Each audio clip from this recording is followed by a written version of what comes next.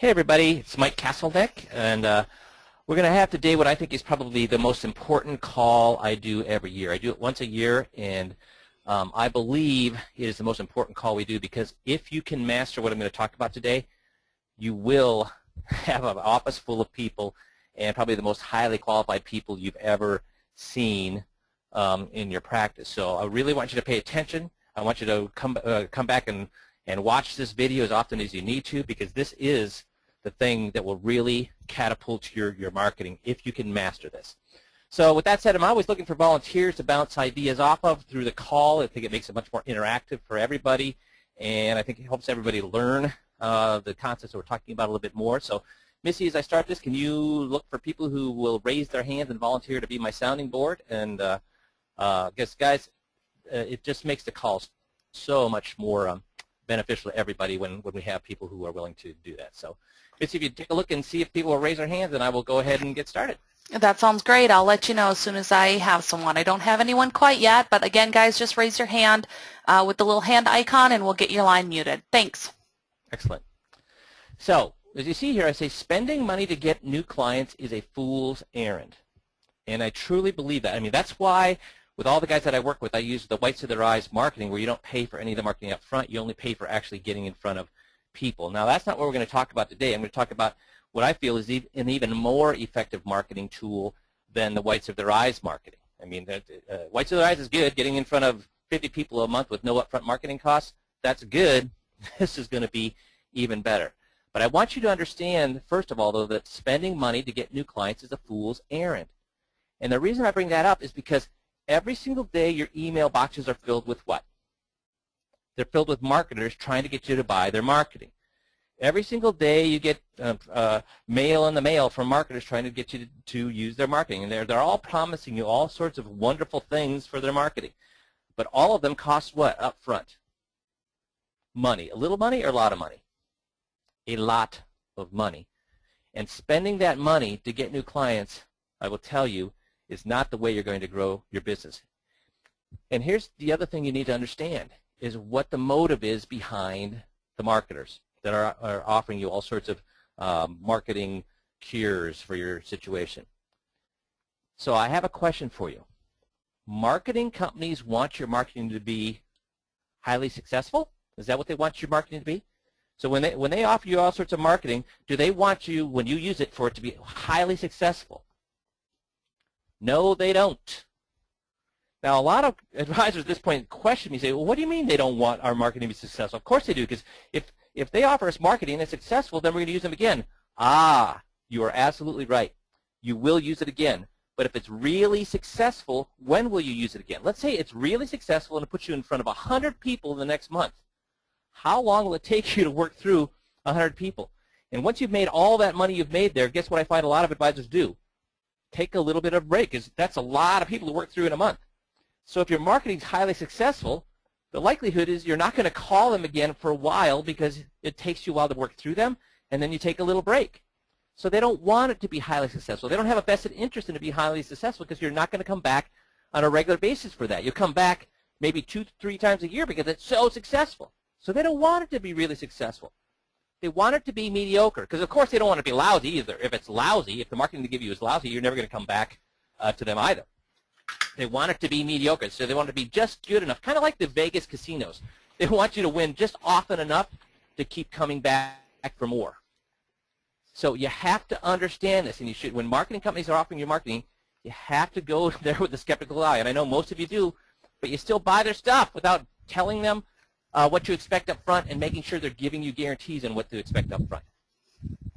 So what is the solution then to finding more clients if it's not spending more money? Well, I tell you what the marketing companies want you to believe is that it's yelling louder. Missy, you're going to have to mute yourself there. It's yelling louder. So if you yell louder, you're going to get more clients. If you yell louder, you're going to get more clients. And I have an example of this. You know, you are surrounded by people who need what you have to offer. I guarantee you that if you drove around any neighborhood in your territory, you're going to be surrounded by at least half the people in the neighborhood are going to need what you have. They need better investments. They need to lower their taxes. They need to be able to have better ways to produce income with less risk. These are things you'd be able to offer these people. You'd be able to really make these people's lives better. Half the people that you're driving around the neighborhood. But are they all coming out to see what you have to offer? No, they're not listening to you. They are not listening to you, are they? So, I mean, if you drive around the neighborhood with a big loudspeaker on your car and announce all these wonderful things that you have, you think they're going to come charging out of their houses and with rapt attention say, please, tell me more, tell me more. Again, guys, I know you can help these people. But is that just telling them that you can help them, is that going to get them to want to hear your message? Or is turning it up louder, is that going to make them come out? Turn up that loudspeaker louder, is that going to make them come out? No, it might have them call the police, but it's not going to have them come out. I mean, maybe the answer is to drive around that neighborhood more often, isn't it? No. The thing is your message that you can help improve their lives is falling on deaf ears. It's falling on deaf ears. So before you do any single iota of marketing, you need to get in your client's shoes. You need to think like clients. And when I've interviewed my private advisor clients, coaching clients, I ask them, what do you think the clients are interested in? And this is what they basically come back with. I mean, they think that clients are excited to try something new. And they think that, hey, they'll try anything that's going to make their lives even a little bit better. That's not the case, guys. I know that's what we think because we're excited about what we do. We know we can help people. We think that we can really help people increase their income, increase their returns, decrease their risk. We know we can do that. But what we're hoping is that the client thinks that way too, but they don't. Guys, I actually had a client that I could save $30,000 a year, over $30,000 a year in taxes. That's my record, $30,000 a year in taxes. And guess what? She didn't do any of my recommendations. Why? Because she was doing all the stuff she needed and wanted to do right now. She had a very low cost of living, but she was living the time of her life. And if she saved that $30,000 in taxes, guess what she would have done with that? Nothing. So the way she looked at it, why screw up what she currently has and risk maybe making things worse? So we're thinking, geez, she should obviously do this. And she looked at it as like, why should I do this and maybe screw up everything I have right now? See, we're excited for them to try something new. We're excited to have them better themselves. And we think they should do it at any cost. They will not do it. I mean, here's how clients think. Clients think, geez, I'm afraid that if I do something, I mean, I'm living a pretty good life now. If I do something to change that, I could end up in a worse situation. I mean, things have been pretty good so far. I'm living the life I want. Because think about this, guys. Think about this. The clients we want are clients that have money.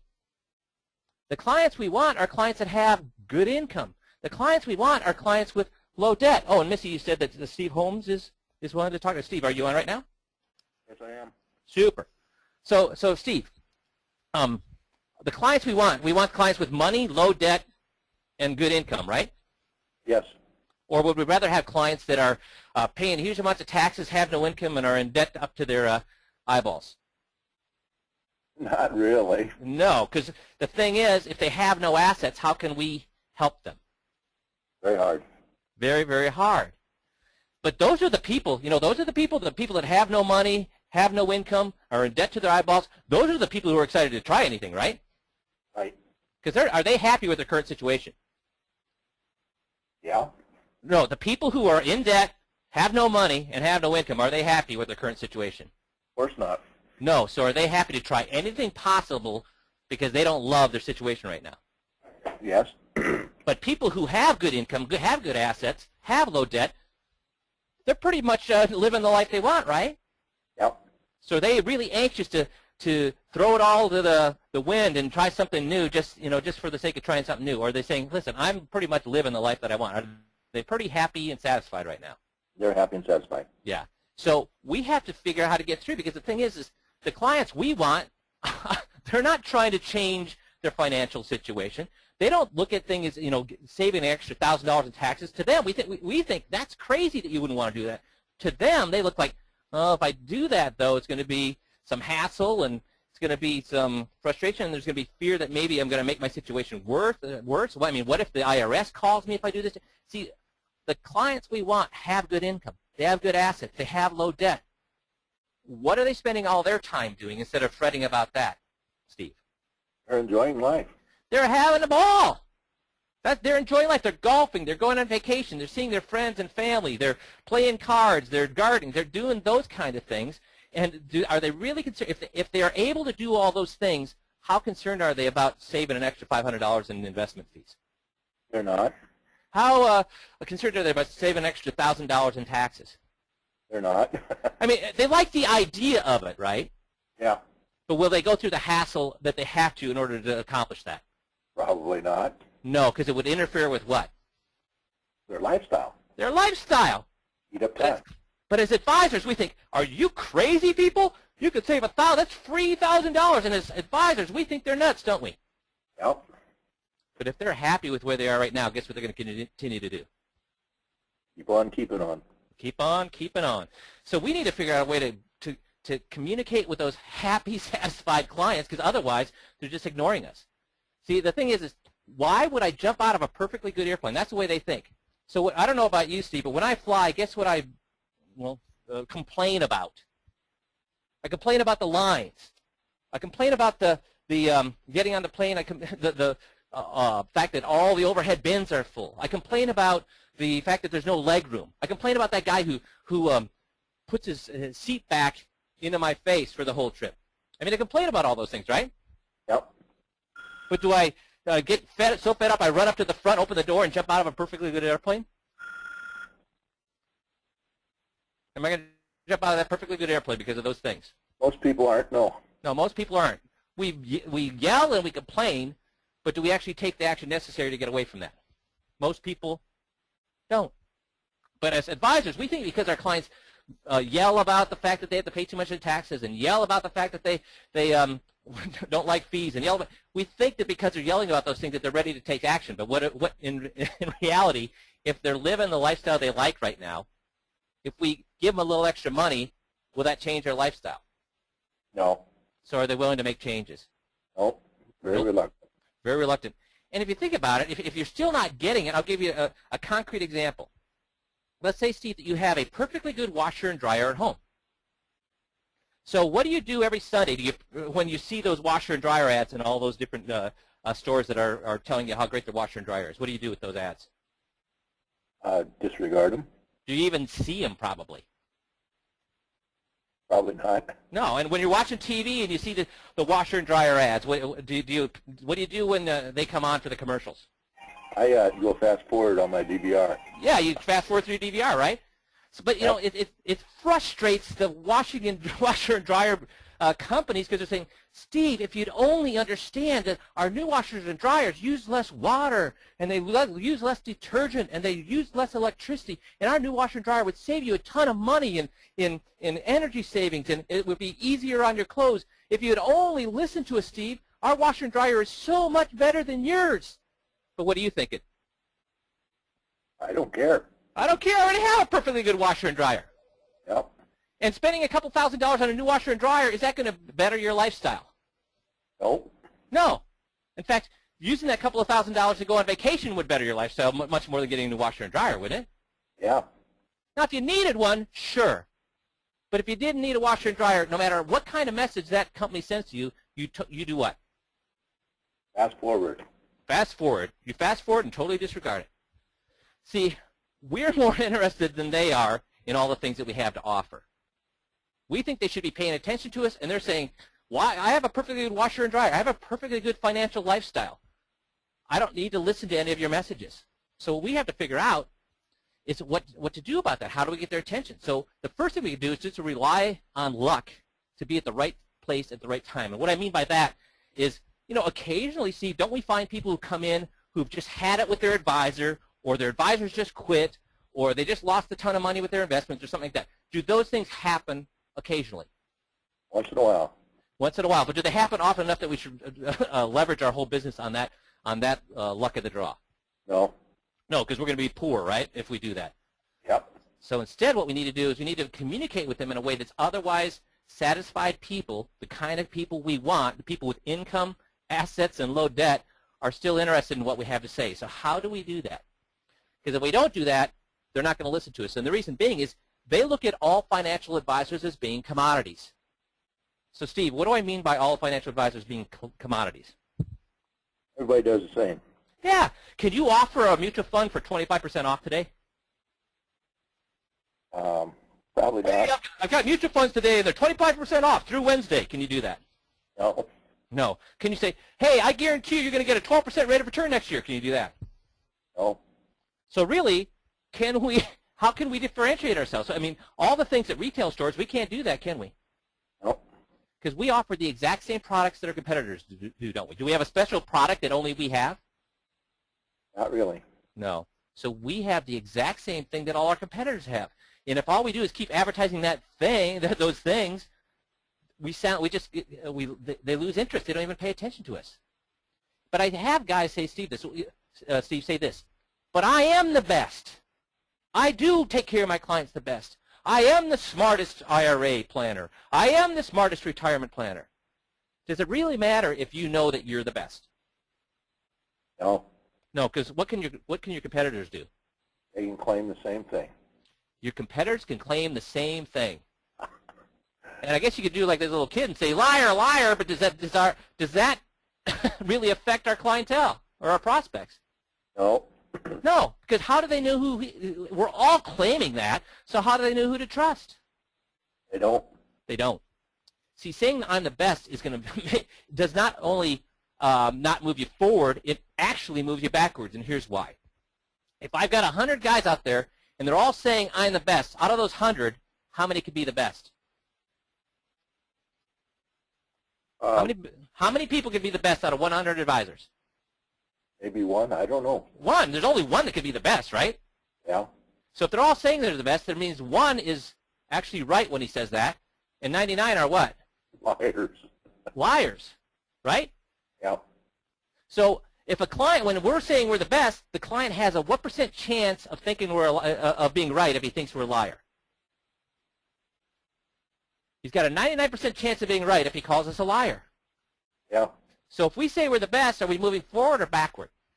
Really moving backward. We're moving backward. We cannot say we're the best. And so here's the thing. We can't say we're the best, and we can't spend money on marketing because we've all heard. I mean, have you heard of, Steve, people spending $5,000 on a seminar and having nobody show up? Yeah, I have. I have. I have lots of stories like that. I mean, have you heard of people who spent $2,000 on postcards and having not a single person respond to those postcards? Yes. Yeah, so I mean, I've heard story after story of people spending a ton of money on marketing and nothing coming of it. But yet, are there products out there that have not spent a cent on marketing that have become huge? I'll give you an example of one. How much marketing did Facebook do? Did you ever see a Facebook commercial on TV? No. Have you ever seen a Facebook commercial or heard of a Facebook commercial on radio? No. Seen one in the magazines? No. They haven't spent a single cent on marketing, and yet they're what? They're big. They're huge. See, spending money on marketing is not the way we want to go. So what is the most effective marketing medium today? And when I've asked guys this, Steve, here's what I've heard. I've heard people say, well, Facebook is the best marketing medium, and it's going to be so hot. Social networking, it's going to be so hot. Have you heard people say that? I have. Yeah, so yeah, you sound doubtful. You'll see that I'm doubtful too. But how about radio? I hear guys say, yeah, I've heard this advisor, he's making a ton of money on radio. So radio's the way to go. Hey, LinkedIn. In the last 3 months, I've gotten 1,000 people on LinkedIn. Groupon, Google AdWords. I've heard all these. These are the most effective marketing medium today. Do you think any of those are the most effective marketing medium today, Steve? No, I don't. But they're not. Guess how many people I've heard made any money on LinkedIn? I don't know. None. Yep. Facebook, none. Google AdWords, none. Now I've heard of a marketing organization that has used Google AdWords to drive people towards their book, and then they sell that to their advisors. And I know that that marketing group is making a ton of money, but guess who's not making a ton of money? Yeah, the advisors. The advisors. I've heard of marketing organizations telling people how radio is going to change their life and make them a ton of money. And I do know a couple of people that have made good money, but guess how many people I know have lost a ton of money doing radio? Lots. A few have made good money because they've lucked into radio shows that have been around for a long time, that they've had a link or a hook into a very well listened to radio. But for every guy I know that's made it good money in radio, I can tell you that there's probably 500 that haven't. So that's not the most effective medium today. Yet, I will tell you, all of these, Facebook, LinkedIn, radio, Google AdWords, they are all the most effective marketing medium today if you do something else. If you use the granddaddy of all marketing, which is word of mouth marketing, and you got to use it correctly. So why do you think word of mouth marketing is so effective? Because you're getting a third-party reference when you target. Aha! A third-party reference. And generally, who is that third-party reference? Your client. Your client, but the client's talking to who? Somebody, a friend of theirs. Aha! A friend, neighbor, or relative. And when a friend, neighbor, or relative says something, they can what? Take it as gospel. Trust that it's true. So if my friend says, oh, you got to go to this restaurant, or you got to see this movie, or you got to go to this dentist because this dentist is fantastic. They have a TV above the chair. They treat you great. Their pricing is great. They have the best technology out there. They don't. I mean, when my friend says that, do I know that? Do I trust him? Yeah. Why? Why would I trust him? Because he's your friend. Yes. Does he have any? The only vested interest he has is increasing and nourishing our friendship. It isn't to make money off of me, is it? Oh. So when the dentist is advertising all this stuff, can a dentist ad? If I have a perfectly good dentist right now, can any dentist ad really break my trust with my current dentist? No. No. There's not an ad out there that can do that. But if a friend really starts talking up their dentist and selling it hard, could they possibly break my relationship with my current dentist? Possible. Yeah, it's possible because I trust my friend. Word of mouth advertising is the only advertising that people trust anymore. It's the only advertising that people trust anymore. So how do we leverage word of mouth advertising? How do we create great word of mouth advertising? Well, let's talk about what can happen with word of mouth advertising. Who's this person on the screen right now, Steve? That's I can't think of her name. Susan Boyle, right? Shocked the world. Shocked the world. Susan Boyle became Right. famous, and how long did it take for her to be famous? 20 seconds. About 20 seconds, right? Because the next morning, now she's in England, right? She's not even on American TV. She's in England, but what happened? Boom! And why did that happen? I know that when I saw it, guess how many people I forwarded that YouTube to? Everybody. Everybody. And guess what they all did? They forwarded it too. Yeah, and it's because she was.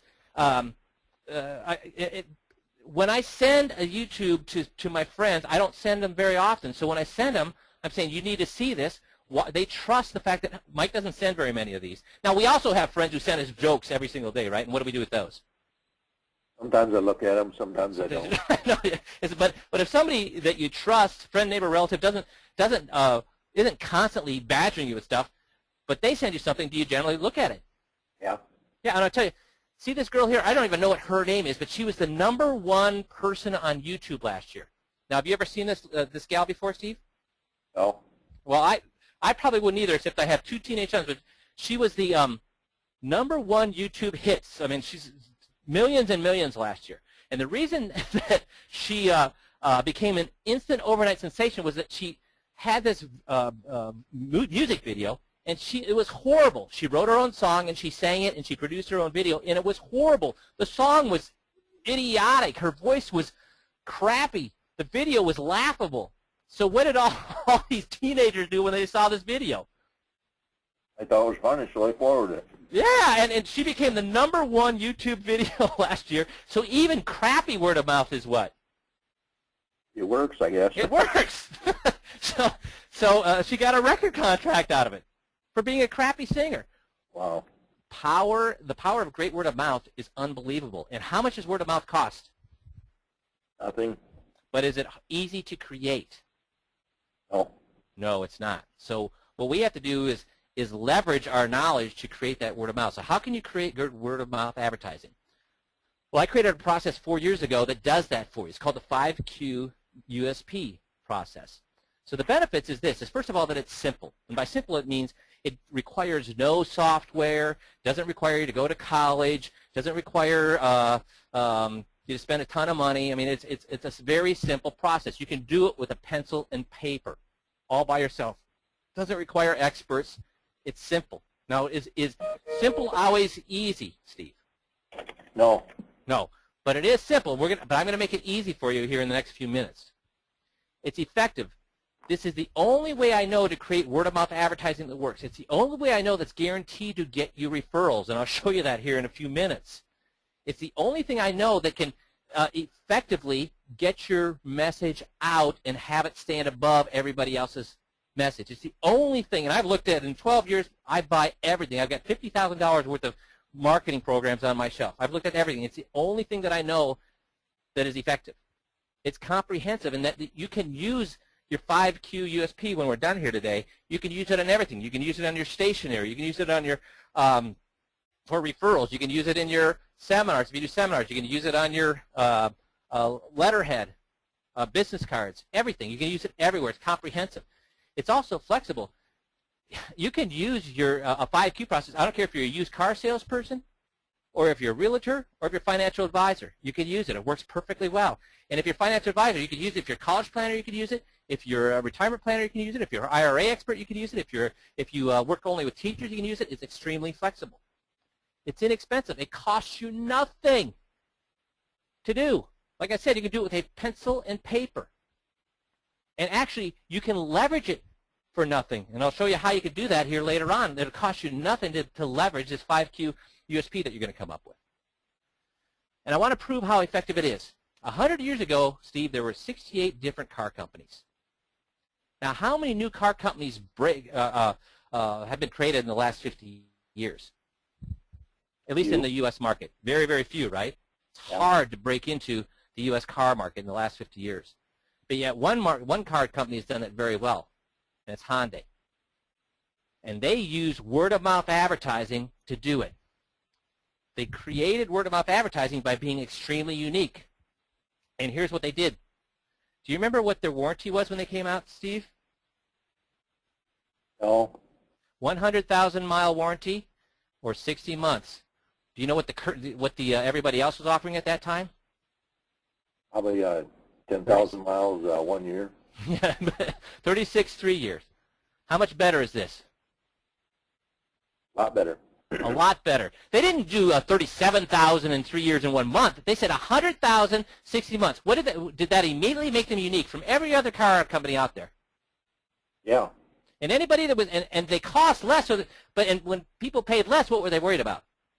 Quality. Quality. What did this tell them? The quality's there. Yeah, they backed it up. They also had roadside assistance, and this was something that only luxury car brands did at that time, roadside assistance. So what did that also say? They're sold on their quality. Yeah. So did this make them unique? Yeah. And so when people talked that had Toyotas and they said, well, geez, I bought a Hyundai because it was $5,000 cheaper than the Toyota, and the people say, yeah, but it's not a Toyota. It's not reliable. What did those people immediately come back with? I think the large guarantee and roadside service. Oh, really? Does Toyota have 100,000? No, they only have 36. Does Toyota have roadside service? No, they only have. So it gave the people who bought Hyundais the ability to say what to all their naysayer friends, neighbors, and relatives? That they had made the best choice. Yes. I didn't. Exactly. It gave them the ability to say, I made the best choice. And so if they have that ability, guess how often they'll start to refer? All the time. All the time. But if they instead said, hey, I bought a Hyundai, and the people say, well, you know, really, that's a new brand, and it's Korean, and I don't know if I would trust that. I'd rather go with the Toyota. Well, I paid $5,000 less. They said, well, yeah, you're probably going to end up spending a hell of a lot more than that on repairs and in inconvenience. And they didn't have, and they only had the 36 months, 3 years. What would the client eventually stop doing? You'd stop referring them. Yeah, because every time they bring that up, they'd immediately get lambasted by their friends, neighbors, and relatives. Said, you made a bad decision. Or why are you talking to me about your car? I love my car. But by being unique, what did that give the people who bought Hyundais the ability to do? Look smart, right? Yeah, talking points. Talking points. And unique talking points, right? Mm-hmm. That's what creates huge word-of-mouth advertising. Right now, Hyundai has over 10% of all cars on the road are Hyundais. They broke into a market that was virtually impossible to break into. Everywhere we look now is a Hyundai on the road. I mean, do you see them every day? Yeah. I mean, it's improbable how they could have done it, but the only reason they did it is because they made themselves unique. So how can we do that? Well, we need to figure out how to make yourself unique. So when we look at this diagram here, do you think that guy in the middle there is any taller than all the other guys? No, but he stands out. Yeah. Is he any stronger? Is he any more eloquent? Any smarter? No, he stands out, as you point out. How does he stand out? He's a different color. He painted himself red. That's how he's no better than any of the other ones. No smarter, no stronger, no taller. He's just red. But if you're going to remember one of these guys, who would you remember? The guy in the middle. If your advisor is one of the blue guys, and you told your friend, neighbor, relative, you should use my advisor because he's blue, what would your friend, neighbor, relative say? Yeah, there's the blue also. Mine's blue too. But if you said, hey, you should try mine, he's red, at least they'd say, oh, they can't say what? My guy's red too. Yeah. So, do you think it's better to be better or better to be different? Better to be different. And how different do you want to be? Way different. Way different. Now, I don't recommend, Steve, that you paint yourself red, but I'm going to show you another way that you can become unique. So, before we do that, I want to tell you what doesn't make you unique. Because when I've asked my clients, my advisor clients, what makes you unique, these are the kind of things that they'll come up with. They'll say, well, we have terrific service. Who else says they have terrific service?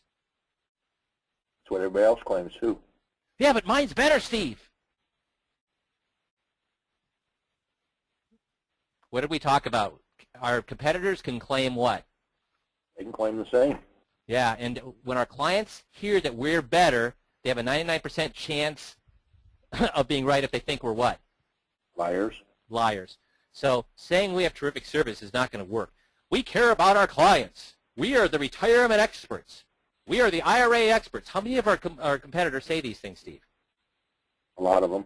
A lot of them. We are the IRA 401k rollover experts. We put our clients first. Are any of these things going to make you sound unique to a prospect? No. It makes you sound like what? Just one of the other bunch. Just one of the other bunch. And the bad thing about that is they have a 99% chance of thinking of you thinking that you're a liar or being right. So we can't, not only are we not benefiting from saying these things, we're actually hurting ourselves from saying these things. So we need to figure out what makes us unique, not serve them a bunch of platitudes.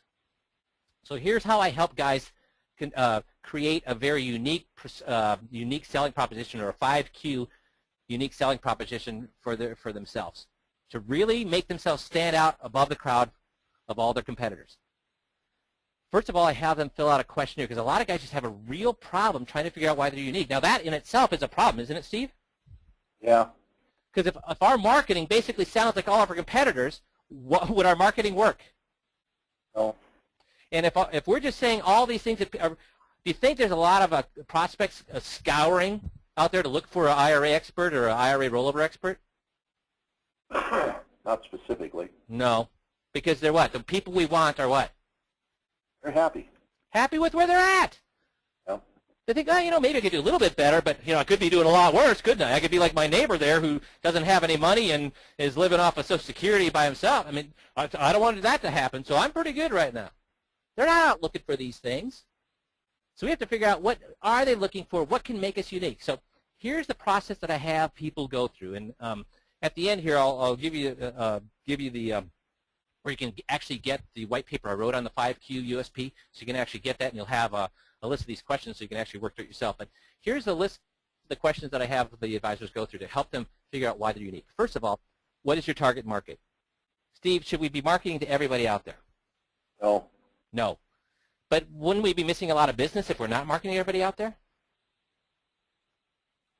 You're going to miss some, but You're right. if you cast a wide net, you're only going to get a lot of minnows. That's exactly right. That's perfectly put, Steve. We want to make sure that we're target marketing, because if we can, the narrower your target, the better your business is going to be. And I know it's counterintuitive, but I tell you that all the guys I know making a ton of money, the guys at the top of the niche, not the top 10%, but the top 1%, the top 1% has a very unique niche, a very narrow target market. So first of all, you need to discover who your target market is. Then you're going to have to figure out what keeps them up at night, what frustrates them, what frightens them, what makes them greedy.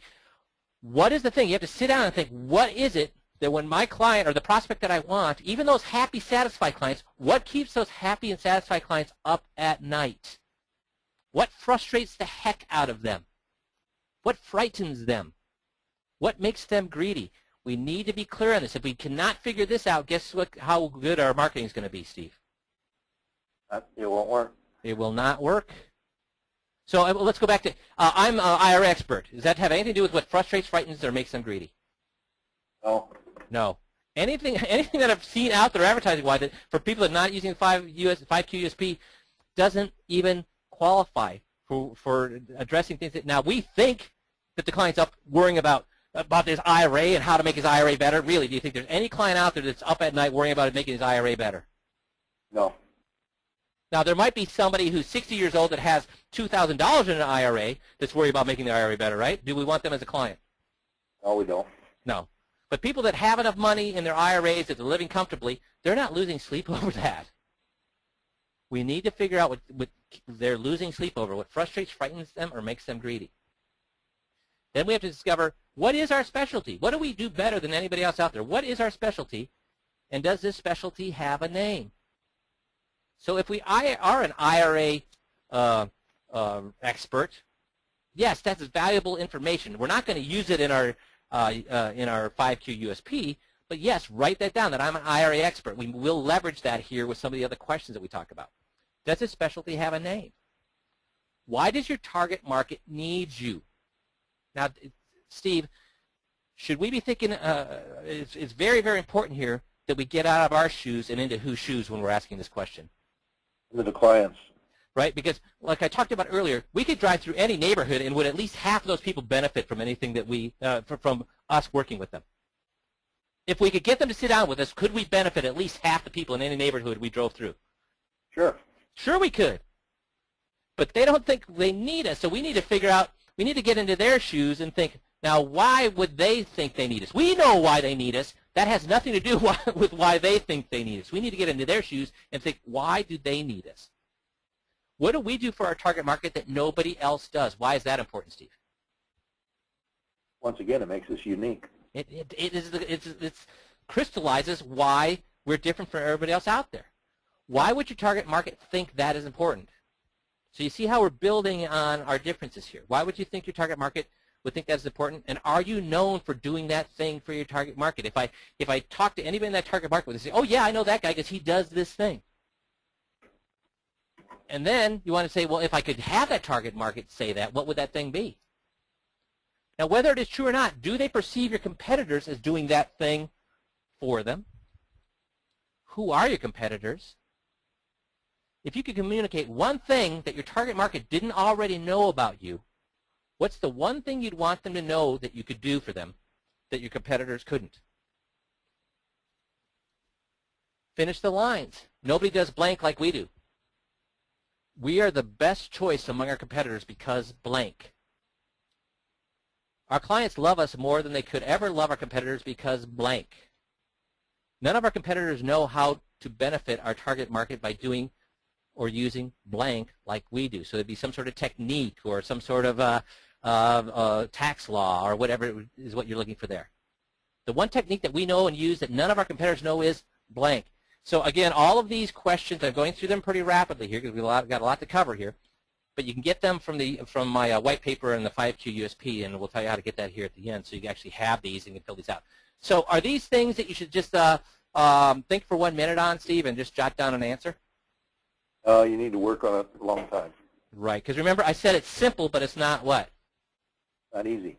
Easy. But should it take you a year to do these things? If you do it right, it shouldn't.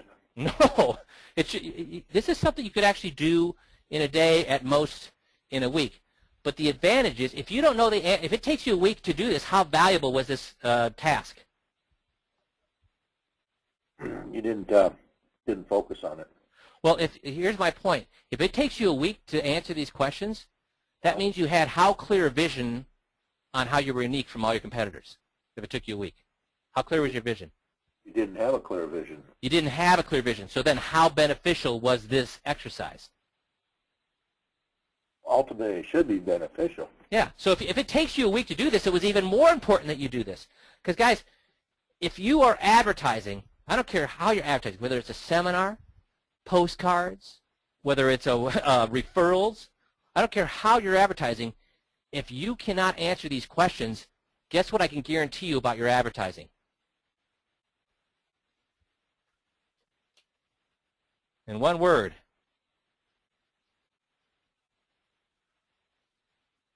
I'm going to add more words.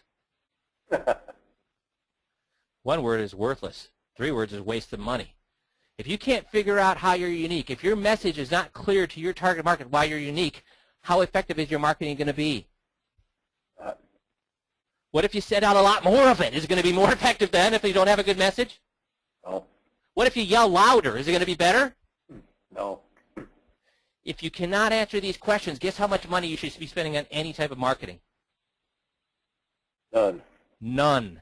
If you cannot answer these questions, guys, you should be spending $0 on marketing. Because all the marketing you're doing is going to sound exactly like all of your competitors, which means it's going to fall on deaf ears. Spend time answering these questions. It is the most worthwhile exercise you'll have ever done in your practice. It's a hell of a lot. Going to make you a hell of a lot more money than a CFP will. It's going to make you a hell of a lot more money than any other thing that you're going to do out there. Because if you understand why you're unique, your marketing will skyrocket. If you cannot answer these questions, I guarantee you your marketing sucks. Period. What does make you unique? If you surveyed all of your current clients and asked them what you or your company stood for, what would be the top 3 answers? Now, I'd highly recommend that you do this regardless, just because the information you get here is going to help you keep your clients longer, going to help your client you get clients to invest even more money with you, and help clarify your marketing message. You should all be doing this.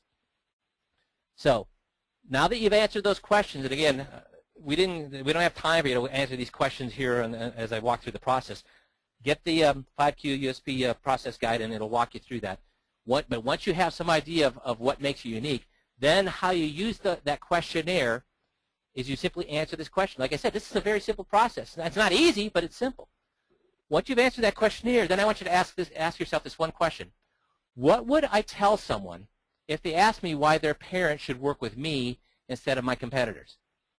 And then I'm going to write down that answer. So does that make sense to you, Steve? I'm going to after I've got the questionnaire filled out, I'm going to set that aside, and then I'm going to simply, the way I start out this process is I'm simply going to answer this question. I'm going to think to myself, if somebody came to me and their clients had $1 million and they said, why should I work with you instead of one of your competitors, I'm just going to jot down my little 2 or 3 sentences on why I think that their parents should work with me. So does that make sense so far on how we're going to do this? Yep. Okay. Because we're going to there's no process to come up with a great one. What we're going to do is kind of go in through the back door. So we're going to start out, now that we've got our minds fresh and what makes us unique, we're going to actually write down our answer to that question. And then how we're going to make sure that it's a fantastic 5Q USP is we're going to then ask ourselves some questions to clarify whether, in our mind, whether it is a great 5Q USP or not. So we're going to put it through what I call the 5Q test. I'm going to ask 5 questions. The first thing we're going to ask is it something that only I can claim? So what are we trying to do there, Steve? Be different from our competitors. Yeah, be different from our competitors. We want to make sure that nobody else can claim what I claim. Does it address a solution to their biggest fear, frustration, or item of greed? Number 3, is it extremely specific? And this is a problem that a lot of guys have, Steve, is that being very, very specific. So when I say I'm an IRA expert, is that very specific? No. No. Is it something that only I claim? No. No. Is it something that addresses a solution to their biggest fear, frustration, or greed? No. No. Now, I have guys, when I have to ask that question, Steve, I will have guys say, well, yeah, but people are afraid of running out of money, so when I say I'm an IRA expert, it's addressing that. In a client's mind, the fact that you say you're an IRA expert, do they make the connection that being an IRA expert has anything to do with them running out of money? No. No. See, again, we got to get into the client's shoes. But I've had many advisors argue with me when they said they're an IRA expert that it's addressing a fear, frustration, or greed that a client has. It does not. There's not a client who's losing sleep over their IRA. I guarantee it. So 3, is it extremely specific? 4, is it brief or repeatable? Why do you think we want it to be brief and repeatable? So that when your client gives you a referral, Yeah. they don't shut down. Exactly. We want it to be difficult for the client to remember to tell their friends, neighbors, relatives, or easy for their clients to remember to tell their friends, neighbors, relatives? Has to be easy. Easy. When you're at a business event or you're at a cocktail party and somebody asks you what you do we want it to be a soliloquy, or do we want it to be brief and repeatable? Brief and repeatable. If we want to put it on our letterhead and on our business cards, it darn well better be what? Brief. Brief. So it has to be brief and repeatable. And here's the major thing it has to be. Now, you can ignore number 1, you can ignore number 2, number 3, and number 4 if you can nail number 5. Now, the problem is you won't be able to do number 5 unless you do the first 4. But you know what? If you hit number 5, you can ignore the other 4, because number 5 is this. Doesn't it pass the ultimate test? Is it something that gets people to say, tell me more, or how do you do that? Because, Steve, I have been at parties and they say, what do you do? And I say, well, I work with people's retirement assets. And what does that client do that acquaintance do at the party when they hear that? Just tune you out. Tune me out, and probably does what? Tries to get away from me as quickly as possible because he's afraid what? You're going to try selling them. Yeah, or I'm an IRA expert. What are they going to do? Same thing. Yeah. So I'd better have something that when I tell them, they say, what do you do? When I tell them, they say, what? Really? How do you do that? Now what do I have? You have their attention. And I have their permission to sell them. When I say I'm an IRA expert, or I work with people's retirement assets, or I get people more income by working with retirement assets, that tells them, this guy's going to try, he's one of those financial advisor guys who's going to try to sell me. I need to get the heck out of here as quickly as possible. So really, they're not generally rude. They say, oh, really, that's interesting. And then they change the subject as quickly as possible because they don't want you to what? Start talking to them. Start talking to them because they're afraid you're going to try to sell them. But if they say, really, how do you do that? They've just given me permission for all intents and purposes, to sell them with their permission. Because when they say, tell me more, what are they asking for, Steve? More information. Yes, which is what we do when we sell, right? Yep. But if we just launch into, if somebody says, what do you do? We say, oh, I'm an IR expert because, and let me show you. Would you like me to show you how I can help you out? Jesus, what are they going to do as quickly as possible? Split. Split. So we need to get them to say, tell me more. How do you do that? So here's an example of a powerful 5Q that I made for somebody, a guy here in Minnesota about 5 years ago. So when we created this, he worked only in the teacher's marketplace. That was his specialty. So we created this 5Q. It was, I increased the teacher's retirement pension income by an average of $430 a month by utilizing the new changes in Minnesota Teachers Statute 256B.057. So when he talked to a teacher, now, of course, if he said that to a doctor, what's the doctor going to say? Oh, can you do that for me? Well, yeah, maybe. He might say that. That'd be good, right? Maybe his wife's a teacher or something. But, it may not be as effective on a doctor. But for this guy's target market, what are they going to say? If he talks to a teacher, what are they going to say? Tell me more. And that's exactly what happened. We'll go through the analysis, what happened here in a few slides. But so let's take this 5Q that I created, and let's put it through the 5Q test. Remember those 5 questions? So Yep. first of all, is it only something he can claim? Does it address the solution to their biggest fear, frustration, greed? Is it extremely specific? Is it brief or repeatable? And does it get a teacher to ask, how do you do that? So let's walk through those. Is it only something that he can claim as the advisor? How many of his competitors do you think were saying, I increased teachers' pensions by an average of $430 a month by utilizing the new changes in the Minnesota Teacher Statute 256B.057? How many of his competitors do you think were saying that? None. None. How many of your competitors do you say, I specialize in teachers' market, in teachers' retirement and helping them improve that? How many of your competitors do you think were saying that? Some might. Some. So it wasn't unique, right? And as soon as the teacher heard, well, I work with teachers in their retirement and help them increase that so they can have a better retirement lifestyle, what did the teacher do? Run away. Because what was very apparent in that little USP, in that little elevator speech? I want to sell you some retirement stuff if you're a teacher. Yeah. But when I say to a teacher this, they've never heard that because they'd heard that before. They get visited by 403B and TSA people all the time that say that very thing. I can help you with your teacher's retirement. I'm an expert in that, and I only do that, blah, blah, blah, blah, blah, blah. They heard it 100 times. Have they ever heard this before? No. No. So does it pass the number one, which is it is something only I can claim? Yes. Yes. Does it address a solution to their biggest fear, frustration, or greed? Well, let's talk about that. Their fear is running out of money. So having an extra $430 a month, does that address that fear? Yeah. The frustration is do teachers generally think they're picked upon and people don't give them enough credit for what they do, et cetera, et cetera? Sure. Yeah, they do. So this address that. Yes, because I'm saying, hey, I could do something for you as a teacher that nobody else can do because it's the Minnesota State Teacher Statute. It addresses that frustration of not being appreciated and it seems like the whole world is against you. No, in this particular case, the world is for you. You've got a little niche that nobody else can use. And does it address greed? Yeah. Yes, it does. So does it address a solution to their biggest fear, frustration, and greed? Yes, it does. Is it extremely specific? And this is the biggest problem I see, Steve, with guys that try to do their 5Q USP is specificity. Let's go through the specificity that this 5Q has. It's only for who? Teachers. There's one level of specificity. Do you think that, can we classify that as specificity? Yeah, that's very specific. Okay, $430 a month. Can we specify, say that that's a specificity? Yeah. Did I say increase? Yeah. Did I say better? Did I say make more? No, I said what? 430. It'd be even better if I said 431. That's even more specific. What else? New changes. Why would new changes make it specific? Means you're up to date on what's going on. Yes. It means that this is something new. It's very specific. It's new. And then, of course, how more specific can I be than this? Statute 256B.057. Is that pretty specific? Very specific. Very. So I have 1, 2, 3, 4 levels of specificity in one sentence.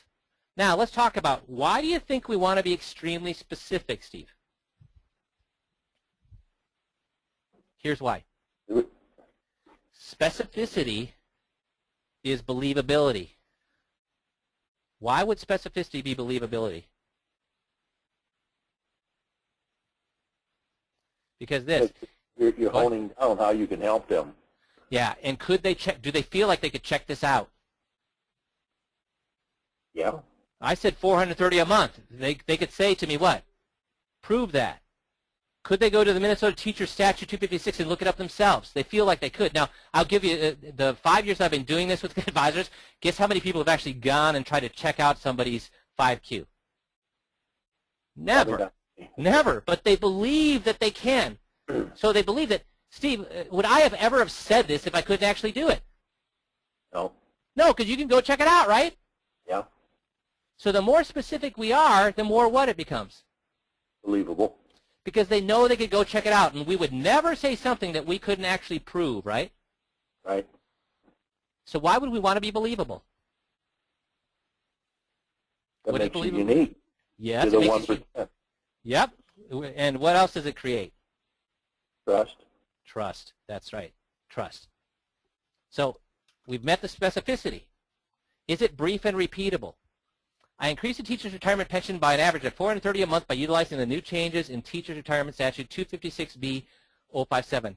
It's brief. Can we agree that? It's one sentence long. Can we get any more brief than a sentence? No, I guess not. Well, we could, but are we going to be able to put the information we need into 6 words? You can Probably leave. not, right? Yeah.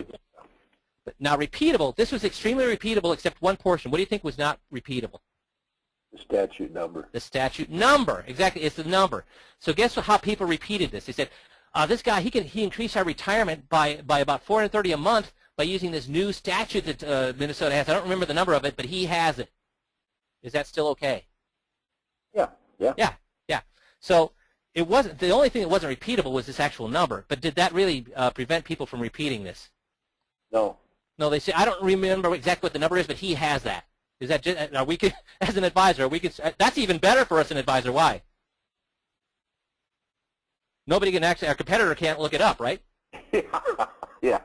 So it prevents our competitors from trying to steal our 5Q USB. Okay, so does it meet the brief and repeatable? Yes. And now I'll ask you, does it get a teacher to ask, how do you do that? We talked about that earlier. After we got through this, do you think that it got teachers to say, when he said this, or his client said that to a friend of theirs that was a teacher, did it get them to say, how does he do that? Yeah. Yes, it did. In fact, for this gentleman, he actually ended up with more referrals in 6 months using this than he'd gotten in 15 years of his practice. Does that sound unbelievable? Or based on what we've talked about, do you think that that's totally believable? Well, I think it's believable. Yeah, because guess what he was saying before? I specialize in working with teachers. How many referrals did that get? Diddly. Yep. When he started saying this, he got a ton of referrals. He became one of the top guys in working with teachers in his school district.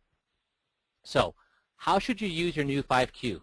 Everywhere, as we talked about. You should put it on your stationery, on your business cards. You should use it at seminars, direct mail, networking, social situations. So when somebody says, what do you do? You'd actually tell them what you do like that to get them to say, tell me more. You should use it everywhere.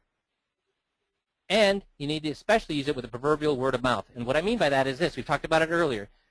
Steve, before, do most of our clients love us, Steve? Can we agree that most of our clients do love us, right? Yeah. They do love us. Yeah. But when they try to tell their friends or neighbors about us and they say, hey, you should work with my guy because he's a really good retirement planner, what does their friend or neighbor say? Well, mine's good too. Yeah, so is mine. You should talk to him. Then guess how many more times that they're going to talk to their friends or neighbors about that when they receive that? Yeah. None. Because do people like to be rejected? No. No. We hate to be rejected, right? So if they try it once and they're shot down, do they love you so much that they're willing to be shot down on a regular basis for you? No, not really. No. But do people like to be smarter than their friends, neighbors, or relatives? Oh, yeah. Yeah. Do they like to share great ideas with their friends, neighbors, or relatives? Yeah. Why? Because it makes them look in a good light, right? Yeah. We like to be the first people who saw a movie so we can tell everybody else it's a great movie, right? Or we like to be the first people at a restaurant so we can say, oh, you got to read at this restaurant, right? Yep. As long as we aren't going to get shot down. So if you have a great 5Q USP and their client says, whoa, tell me more, guess what your client's more likely to do? Refer you. Why? Why would they do it then? Because they're actually building themselves up by showing that they're smarter than the other person. Exactly. Instead of getting that negative rejection, they actually get positive feedback, like you said, that they've been built up. They've made it look smart. They've made it look like they knew something that their friend, neighbor, relative didn't. It has increased their image in their friends, neighbors, relatives' eyes, right? Yeah, yeah. And when they do that, guess what? Guess what their friend, neighbor, relative is going to want to do? They'll pass it on too. And then what are they going to do? They'll keep passing it on. If you said, hey, I'm a teacher specialist, what's going to happen? May or may not move. Stops right here. But if they're saying, tell me more, this is what happens. And how much did that cost you? Nothing. So why did I say, Steve, that this is the most important call on marketing you're going to get this year? Because if you get this right, your referrals are going to just flood in. And what's so great about a referral? They're already pre-sold. They're pre-sold. Can we ever get a higher quality prospect than a referral? No. All the other referral programs out there, would they work without this? If all the referral programs I've seen out there have told you, yeah, you should tell your friends and neighbors about it. Every time you see a client, you should tell them, get them to refer. Every time you see a client, you should ask them if people might need your.